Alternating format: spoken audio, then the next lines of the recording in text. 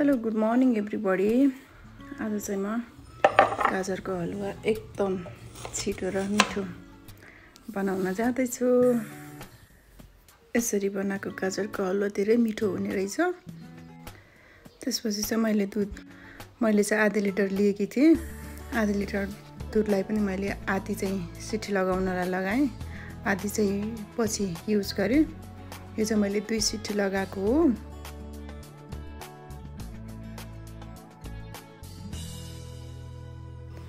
अब चाहिँ अघि आधी राखेको दुधलाई यहाँ राख्ने, त्यसपछि एकदमै मजाले त्यो दुधलाई चाहिँ सुक्ने गरी भुटी पकाउने है।